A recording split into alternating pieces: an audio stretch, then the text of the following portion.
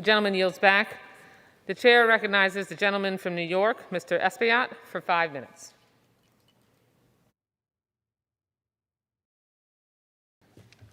Madam Speaker, I ask unanimous consent to address the House for 5 minutes, revise and extend my remarks. And the gentleman is recognized.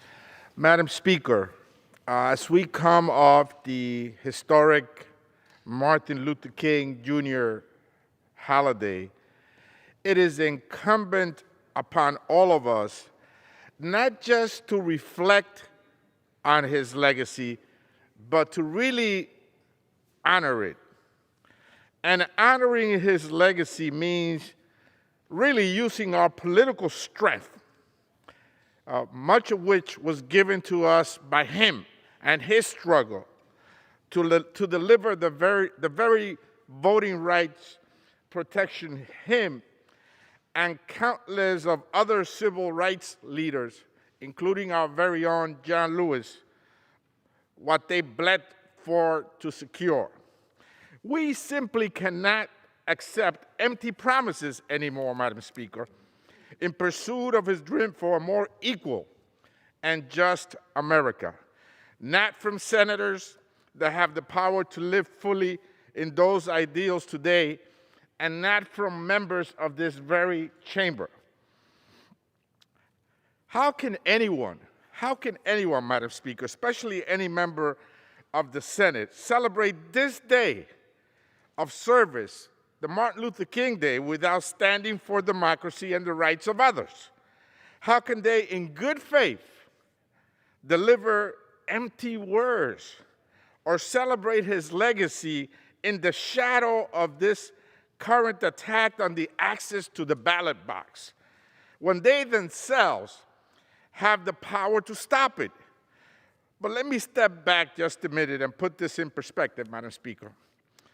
Just last year, Republicans introduced 440 voter suppression bills in 49 states.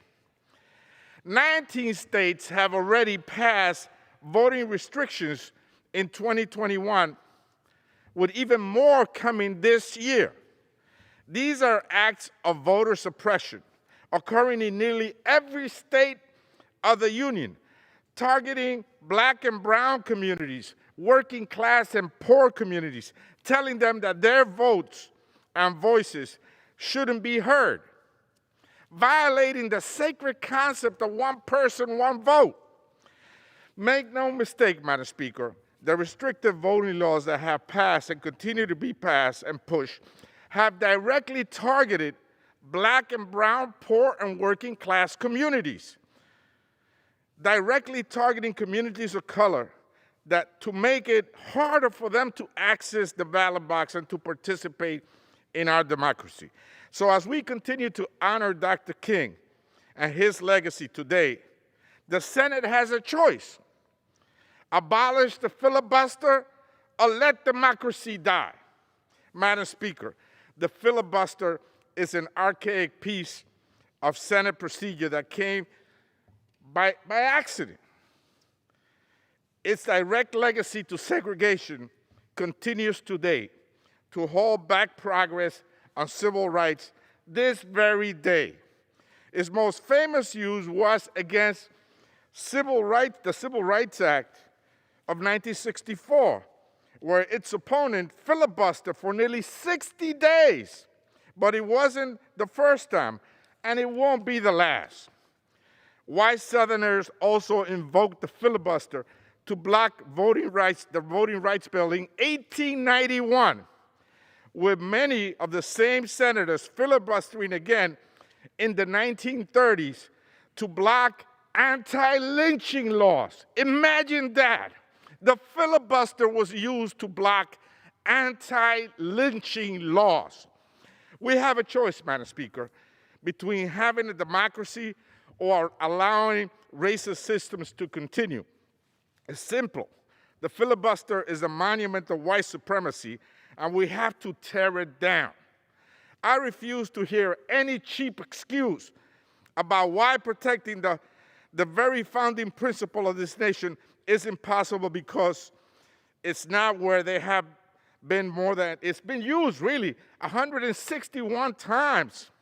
The filibuster in the last 5 decades has been used 161 times to pass trade deals, tax cuts for the rich, Supreme Court justices, and just recently for the debt ceiling. But that's not what we remember the filibuster for. We remember the filibuster for its racist roots, deeply embedded in Jim Crow, used to stop anti-lynching legislation. Madam Speaker, history will not look fondly on those who stand on the way. Gentleman's time has expired. I yield back.